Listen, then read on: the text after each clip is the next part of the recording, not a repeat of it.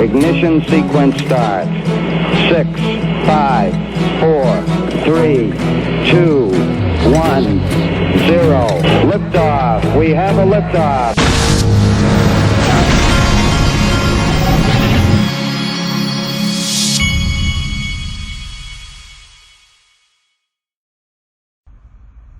Hey everybody, this is the Digital Asset Investor, and I'm sitting here watching this hurricane that's in the midst of hitting down in Florida. I was actually scheduled to be flying into Florida about now for a tournament in Fort Myers, Florida this week, and I canceled my flights and they canceled the tournament.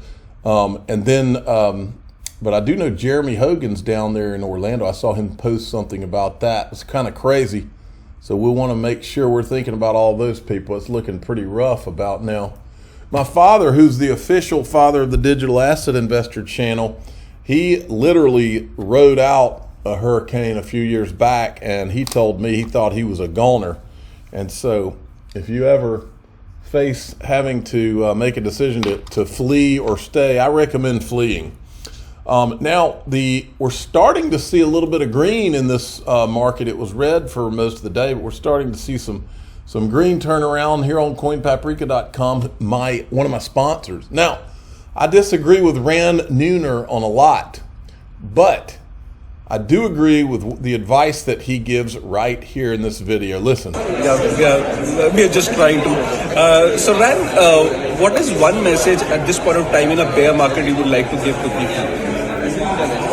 In 2017, 2018, 2019, in the bear market, we never knew if crypto was going to survive or not survive, and that was really anxious and stressful. And anyone that's going through a bear market now, just bear in mind that we now know for sure that crypto is actually going to exist and come out of this better. So it just becomes all you need to do to make real money is just survive. If you survive, that's all you need. So just prepare yourself for a marathon and just slowly just get through this. That's it. So I think he's exactly right there. And when he says survive, what for myself, I've told you this before, what I do is I made sure I had plenty of cash, first of all, and then enough cash to be able to buy into this thing. That's the people that are going to come out the strongest, and you'll see a bunch of these companies like Ripple, for instance, that are going to be making acquisitions while the valuations are lower in this thing. And they'll come out, some of the strongest companies, and anybody who's thinking like that through this will come out stronger too. Now, the CFTC chairman was on CNBC this morning. Listen up. It should be fairly simple to split things up and delegate responsibility, like swaps, futures, options. Those are all your purview. Things that are based on securities could be the SEC's. Can't you guys get along? Can't you share? We do get along. Is that going to happen? We can share. We have shared. We will share. But for us, the CFTC, the difficulty is, as you know, we're a derivatives regulator. We don't oversee cash markets. So the authority that I've been asking Congress for is cash authority, so that we can go into the Bitcoin cash market, the Ether cash market, and the other digital commodity tokens. But Gary Gensler says that those are securities. Those aren't securities? Well, we're going to have to figure that out, I think, legislatively, because this is a new asset class, and there are different components and characteristics of this asset class as opposed to traditional asset classes. We have to rely on 70-year-old case law to determine what's a security, what's a commodity. We have at least one court case in the Eastern District of New York that says Bitcoin's a commodity. There are other cases out there, and we're just trying to figure this out as we go. It just feels like a big turf war. Well, it's not a turf war. It's two regulators who work together in the swap space, who work together in the future space, and we're trying to find a reasonable outcome that will create certainty for the market, but also customer protections for retail. Let's go back 70 years to the people that wrote the law. If everybody involved was trying to create a reasonable outcome, both the CFTC and the SEC would announce some type of a halt to all this mess, and they would say, look, we're not saying that we're not ever going to come after anybody in crypto, but we're going to have a halt here while we get together with Congress and we all figure this out and find out exactly how to create a framework. And in the meantime, don't issue any new tokens, anybody, but we're not going to go after anybody right now, or some variety of that. That's not what they're doing. Gary Gensler is trying to aggressively go after people in the meantime. And so Anyway, link to put this out today. 2 weeks ago, both Ripple and SEC filed motions for summary judgment in their case. We will now have a ruling on it within 60 to 90 days instead of overseeing a jury trial that would have gone into next year. We spoke about this market shift last week, and since we've watched XRP gain 27%. Although XRP and Ripple equity are different, we believe it's an indication of investor sentiment. Fortunately, the price of Ripple on our platform has remained consistent. And for the next 24 hours, we're lowering the minimum. So they do have Ripple on the platform. So check that out. That's one of my sponsors. Click on the link. Tell them DAI sent you. All right. Fred Rispoli, who's another one of the attorneys in that's been covering the SEC versus Ripple case, he did a whole big long thread, but I wanted to point out this part of it, two parts of it. First, this: to wind it down, although Ripple will win. That is a quote, folks. Fred Rispoli has just made my thumbnail. Ripple will win at summary judgment, barring extrajudicial pressure. Now, I don't know what that exactly means. Does that mean barring corruption, or does that mean barring pressure that forces a settlement? I'm not sure what he's saying there. The fact that Judge Torres allowed a December 22nd deadline for the third-party filings means we ain't getting a ruling until February to April 2023 in all likelihood. Okay? Now, the other thing I wanted to show you is this. In his thread, he says, I'm less inclined to buy into the pre-allocation theories, and he copied Digital Perspectives, Brad Combs, based on Ripple asserting its own 50.2 billion XRP, although there's still a chance based on the types of contracts Ripple utilizes in business, slyly noting custody agreements in a footnote. So Tim Howard says, they're not pre-allocation theories, Fred. Brad Garlinghouse himself stated they have signed contracts with many banks for pre-allocated amounts. And he says he did. There's a source you can link me to. And Digital Perspectives is Johnny on the spot. Here we go. It's quite funny. One of the big questions that I was asked when I was talking to people about XRP, they said, what price do you sell XRP to the financial institutions that you're dealing with here? Do you give them a discount, and is there a lockup? Can you answer those questions? Because this kept coming up. Yeah, sure. So, let's use MoneyGram as the example. When MoneyGram is moving money from US dollars to Mexican peso, they're buying at market. They're not, there's no special sweetheart deal there. There are times when we work with institutional investors who might say, hey, we want to buy $10 million of XRP, and we would have lockups that would prevent them from dumping.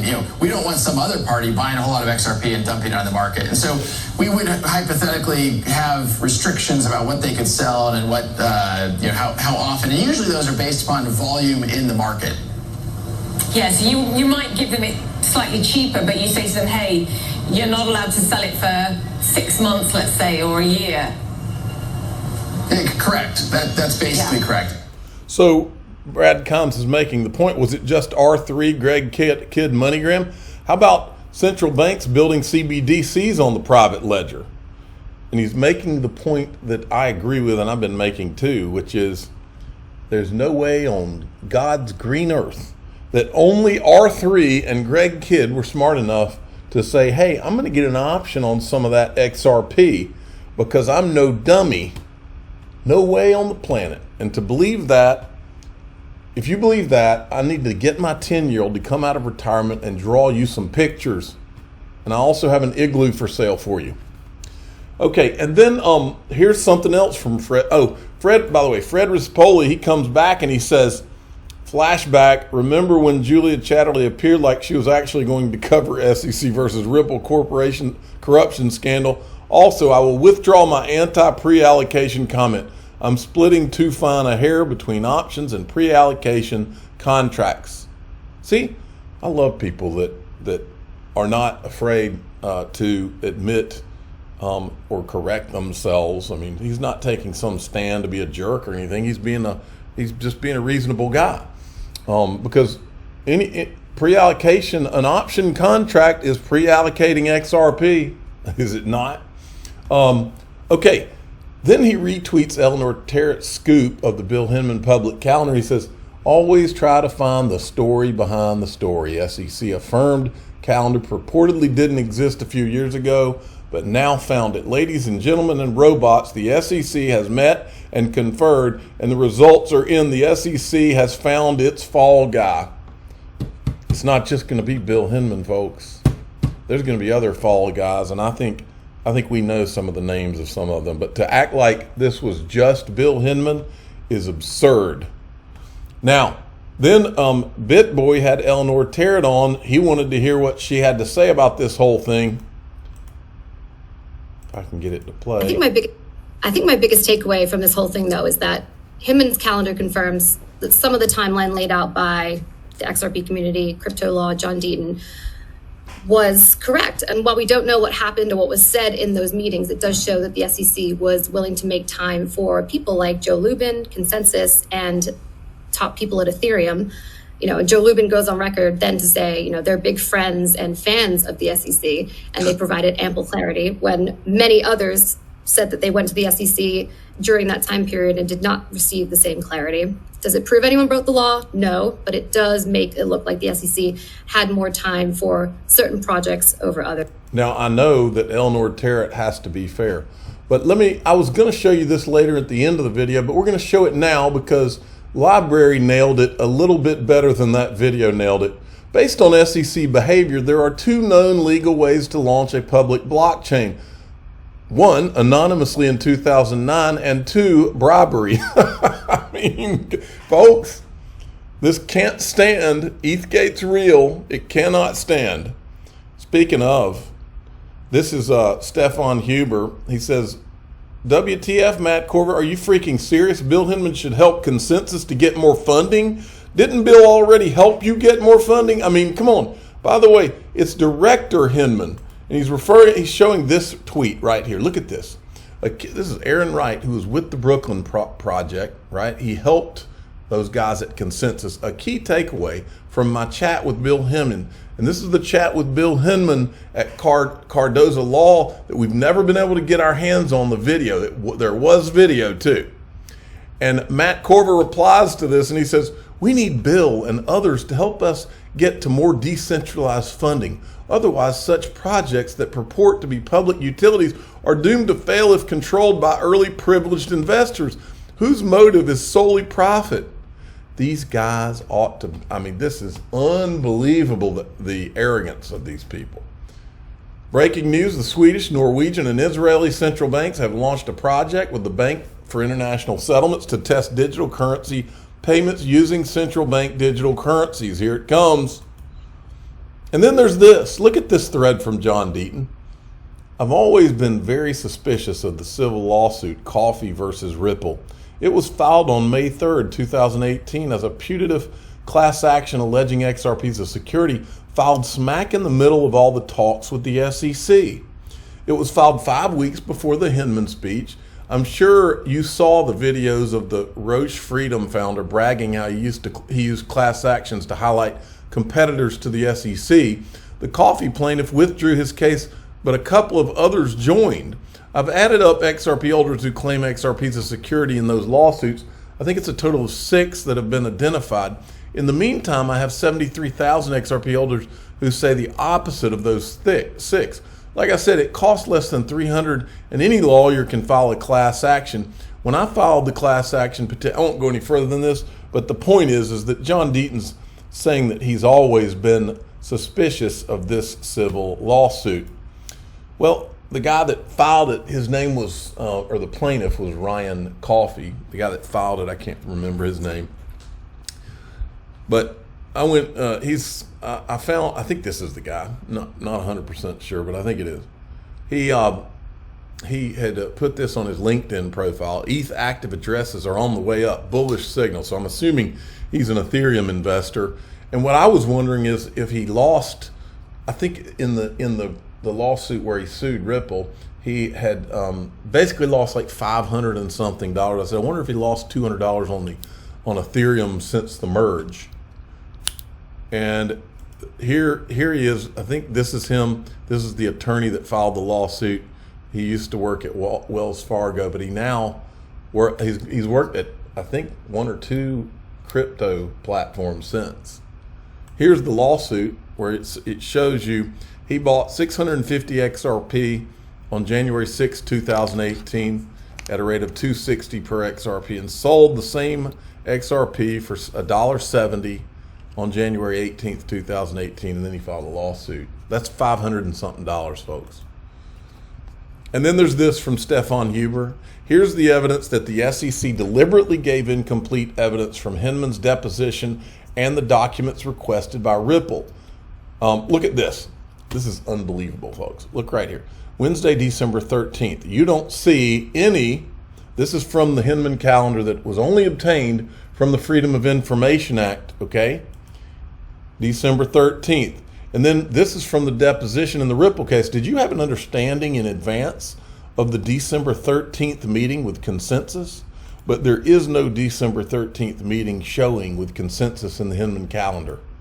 This is them asking Hinman about the calendar. He says, no, I don't have any recollection of specific set of topics. Then there's this one. Check this out. I think it's June 8th. Let's look at the Hinman deposition. This is from the court in the Ripple case. June 8th, 2018, handwritten notes from Michael Seaman regarding meeting with consensus. Then June 8th, there's nothing. Folks, where's Congress?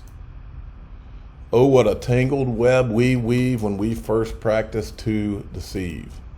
And then John Deaton reminds us, this guy had tweeted out, he said, we need to write every member of Congress of the House Financial Services Committee. And John forwards this and he says, every one of these members received a letter from me, so when you contact them, you can advise them they've received a letter apprising them, and I provided a sample inquiry letter to sign and send to the SEC.